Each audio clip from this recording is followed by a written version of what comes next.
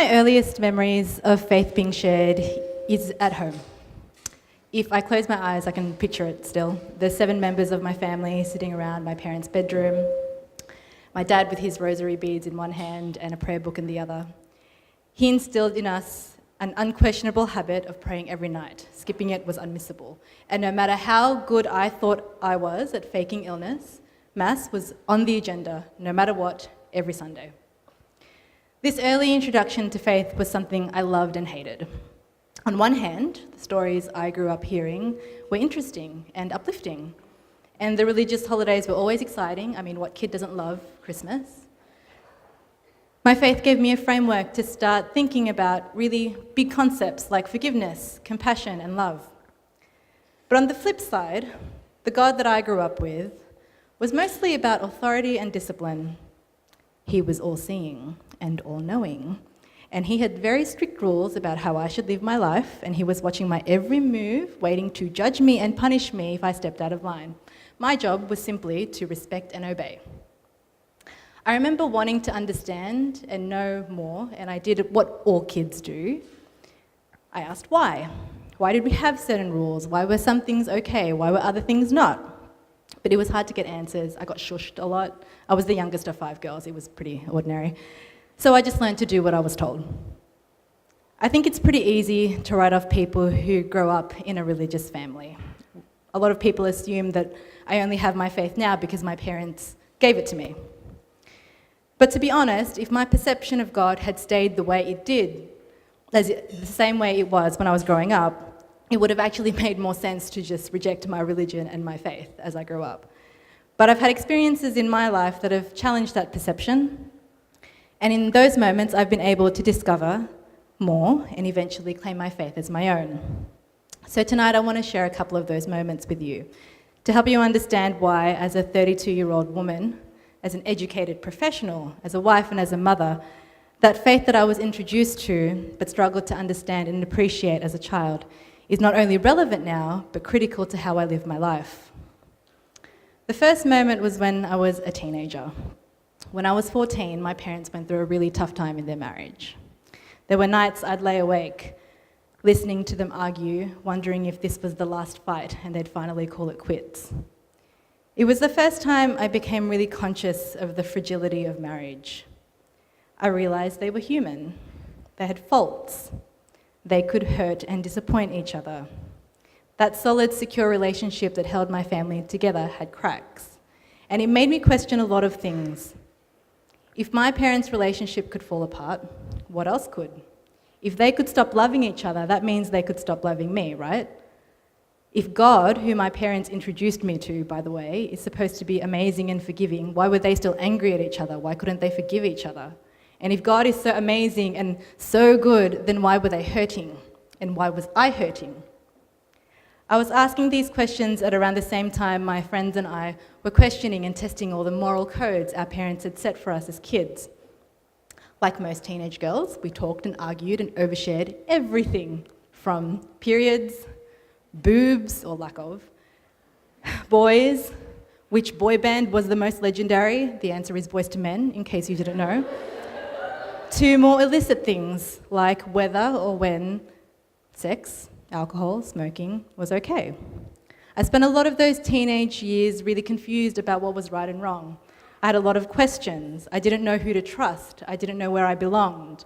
I was lost, angry, and lonely. I think a lot of 14-year-olds feel this way. I don't know if my parents could sense that I was on the edge of rebellion, because I found myself at a youth camp one weekend. It was run by an organisation made up of Catholic families, but all the speakers were young people like me. And the first talk was on the Friday night. I can't remember who delivered it, but he wasn't much older than I was at the time. And with a lot of conviction for a teenager, he said, "God loves you." And I said, "Say what?" My family is falling apart and I feel like I have no real friends and you're telling me God loves me? Haha, yeah. Yes, he was actually very confident. God loves you. The same love that created the universe, the same love that creates life, the same love that conquers death, that love is in you. And so stop and think about it. when life is going to shit, God does actually love you. He has a plan for you. The best is yet to come. For me, an emotional, broken, angry, very confused teenage girl, that message of love touched a very raw nerve. I lay in my cabin that night, turning the words over and over in my mind. Who is this loving God that they speak of?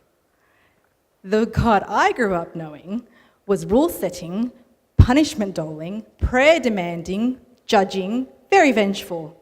Who is this God that they love so much, who loves me so much? Why haven't I met him before? Being the stubborn teenage girl that I was, I decided that if it was true, if this all-loving, all-powerful God really did exist, if he wanted me so desperately to feel that love, he better damn well prove it. So the next day, I opened my journal and began to write. Hey Jesus, how's it going? So apparently, you love me. Doesn't feel like that right now because my life's turning to shit. So it'd be really good if you made it clear, because I could really do with a bit of that love that everyone at this camp is raving about. That was the first of many letters to Jesus. The journals in the years that followed are full of very angry, hot-headed conversations with him. But two things came out of that event. My sense of God started to change from this big authority figure to someone more personal. Someone I could speak to, question, demand answers from, be angry at, and eventually listen to, trust, and maybe even love. My understanding of Jesus changed too. He wasn't just a historical figure or a character that I'd heard about in the stories growing up. He was a real person, able to make my life different. And that whole concept of seeing Jesus and having him present in others started to make sense to me, because I saw other people letting Jesus change them. And some of that whole idea of Jesus being present in the church was something I began to appreciate. Even as I grow older and my circles of friends change, Jesus remains a constant person in my life. That camp also introduced me to a community who provided a sense of belonging at a time that I needed it most. An environment where I could make mistakes, test, question, and express this newfound relationship without the risk of being abandoned or shushed. And I did want to explore, test, and question. I am a geek. I tend to intellectualize everything. I'm the type of person who would happily read a manual cover to cover. I like to know how things work. I like to know what makes things tick. I like history. I like backstory. I like context. It's one of the reasons I became a writer. I write so I can understand people, events, things, myself better. So after that camp, I started going to more Catholic youth events, and I asked a lot of questions. I was the really annoying person in every discussion group because I'd pick apart the talk, not because I didn't like the speaker, but because I wanted context. I was thirsty for facts. Eventually, organisers started to approach me to deliver talks at these youth events. I kind of figured they might think I'd be less critical if the tables were turned. But whatever their reason, I used these opportunities to again ask questions. It was never, ever enough for me to receive a talk outline and assume that the points were right and read it like a script. I prepared for those talks like I would if I was writing an essay or an article. I'd start with the idea, I'd do my research, I'd look for proof points. In my search for proof, I'd have really long, candid conversations with the priest at the church that I had a part-time job. He directed me to documents and sources I didn't even know existed. And it was refreshing to have an authority figure from the church not only welcome, but encourage my curiosity. This phase of discovering and intellectualizing and understanding this whole faith deal was a critical part for me, the geek, allowing my faith to evolve. If my faith journey was described like a love story, that first camp in the adolescent years were the crush phase. Everything was exciting. The youth events that I would go to were fueled with adrenaline and emotional highs. I was on stage a lot, I even traveled a lot, I shared music, stories, and late nights with amazing people. I lost my voice so many times. But as I grew older, those highs were not enough to sustain me. So my faith kind of moved into this steady relationship phase. In this phase of a real relationship, all those extravagant dates, the adrenaline-packed youth events, became the exception instead of the norm. And just like in a real relationship, I spent a lot of time just hanging out and getting to know the deepest side of the other person. At that point, it's the side that you either reject and walk away from, or you learn to accept. It's the time when factors outside the relationship, like family, friends, or careers, start to test just how strong your commitment is. As my knowledge of God deepened, my commitment was tested and vice versa. When I entered uni and the workforce, it was hard adjusting to an environment that was either apathetic or actively hostile towards faith in a God beyond sight. But my faith has also been tested by people in situations where the God and faith agenda are on common ground, which leads me to the next milestone I want to share with you, my first year of marriage. Before I continue, I do want to say my husband is here tonight. I have the all clear with him to share with you this part of our story. I married one of my best friends. We'd known each other for 7 years. We travelled together. We did a lot of volunteer work together before we even started dating. And then we were dating for about 3.5 years before we got married. But even though we knew each other for over a decade, there were so many things I learned about him in that first year of marriage. Some of those discoveries were awesome. Some of them were hilarious. Some of them were really irritating. And some were heartbreaking. So like all newlyweds, we would fight. Sound familiar? But I discovered in those early months that when my husband's really angry, he doesn't fight, he withdraws. Instead of engaging in the argument like I was used to, he'd shut it down. Now, I grew up in a family of 5 girls. Full-blown verbal arguments were the norm. That, and I was captain of the debating team for 6 years, so arguing is basically in my blood. So to find myself living with a man who met my words with silence was infuriating. It was also very isolating. So those early months of marriage took me back to my adolescent years when I would hear my parents fight. And I found myself terrified that I'd made this terrible mistake, that my marriage was doomed from the beginning, and that the man that I'd chosen, the man who was supposed to know me and love me, didn't actually know me or love me at all. Weeks after we'd gotten married, I realized my husband wasn't ready to have kids just yet. Before the wedding, we talked about starting a family hundreds of times. I felt ready. But something had changed, and my husband wanted to wait, which would have been easier to accept, except every single time we'd come across someone who knew we'd just gotten married, they'd inevitably ask the question, "So, when are you guys going to have kids?" And I remember, after one particularly emotional argument about this topic, I went to a baptism and someone I didn't even know asked me, "So, are you and Edwin trying for a baby?" And it felt like a stab in my gut. Even though I completely understood why he wanted to wait and even partially agreed, I still felt betrayed. I felt like he'd lied to me. I felt cheated. And I felt alone. And because his response to conflict was to shut it down, that loneliness was amplified. There was one night, after yet another argument, I found myself sitting in the corner of our bedroom sobbing. Edwin was asleep, but I couldn't stop crying. I felt like a failure. I felt like my marriage was a failure. I was angry because no one had told me that it was going to be this hard. I was angry because marriage is meant to be amazing, and our experience was not that. I kept thinking over and over how betrayed I was, and I wondered why, when marriage is supposed to bring 2 people together, I had never felt so alone in my life. And as I sat, huddled in the corner of that bedroom, sobbing like a child and hating my husband for his ability to sleep through anything,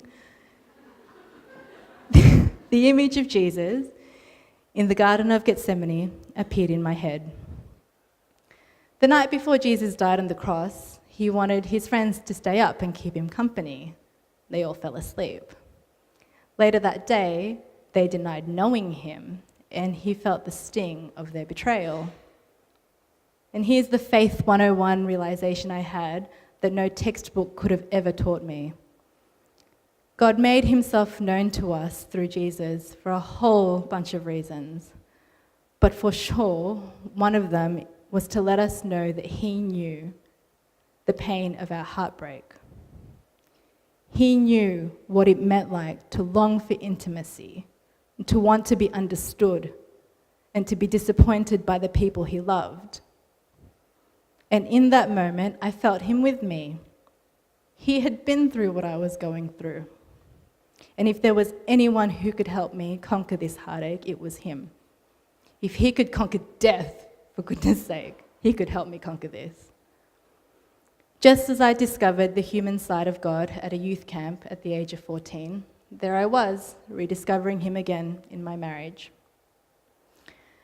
As I sat in the corner of our bedroom that night, I could picture him in the room with me. He was crouching down with a hand on my shoulder, saying, "Let me help you."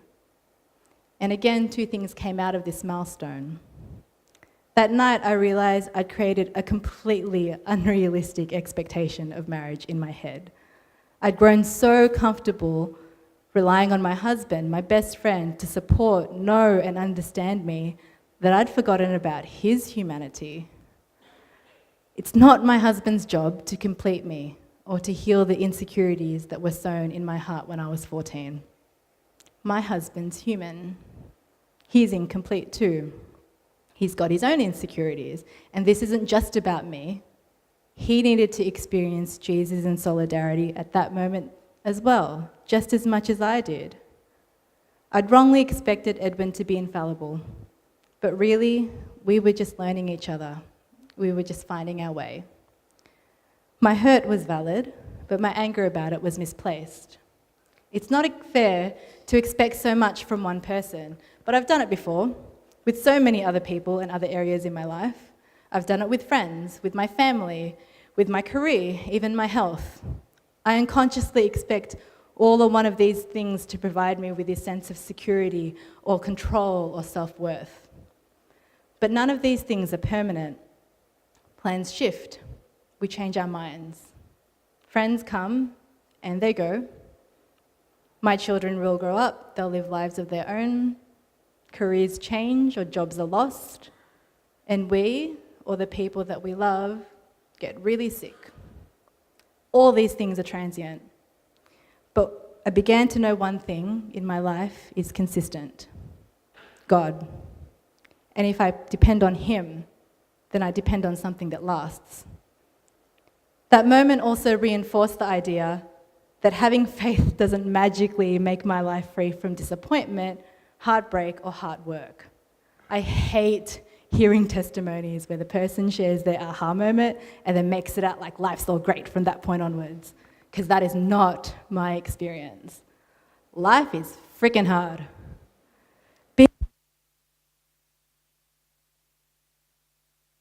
I think it cut out because I knew I wanted to say the F word.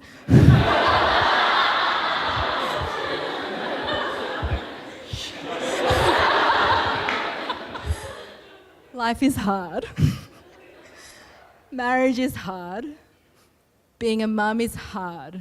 Being a good daughter, friend, and sister is hard. Working in and succeeding in any profession is hard.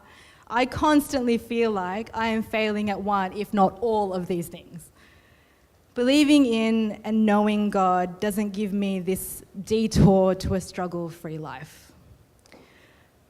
But what my faith does is give me a reason to hope and believe that when I do struggle, when I feel alone, when I'm in despair, and when I feel like my life is turning to shit, and when I'm joyful and when I'm strong, God is there. He is with me in it all. When I was sobbing in the corner of my bedroom, I could not see past the heartache or doubt. I couldn't imagine my marriage not struggling. I certainly couldn't imagine being here 7 years and 2 kids later, sharing that pain with anyone, let alone a studio audience and a YouTube channel. But this unfolding and evolving of faith allowed me to work past that hurt. And together, Edwin and I worked through our differences together. I went to counselling and then we went together. And we continue to seek guidance from other couples. We go to seminars and we're reminded that marriage, just like any long-term pursuit, just like our careers and professional development, it requires commitment and hard work to make it last. We've learned to communicate better and how to stay connected and intimate, even when our jobs and our young growing family could so easily distract us from each other. And as we face new challenges, and there will be new challenges, one thing keeps us united and hopeful. It's a shared belief that God is with us, that our love comes from Him, and that He has plans for us, and that the best is yet to come. My parents introduced me to God when I was a child, and it's the best gift that they could have ever given me, because they planted a seed, and that seed has grown. And as my knowledge and my understanding of God has deepened, my faith has matured, and that faith is still maturing. I still have questions. I ask them every day. But what I've shared with you are 2 moments in my life where I believe God has given me answers to those questions and has given me a reason to hope. Because I can look back time and time and time again and see where God has triumphed. Even in my darkest moments, I can rest assured God is a person and He's got my back and He's going to have it for the rest of my life. So when I'm faced with a choice of rejecting faith or embracing it, I choose to embrace it. I choose to embrace a life where I can ask the hard questions. I can seek and receive guidance. I can make mistakes. I can learn. I can keep learning. And that is a life of hope. I choose faith because I choose to believe, as I suspect most of us do, I am loved and the best is yet to come.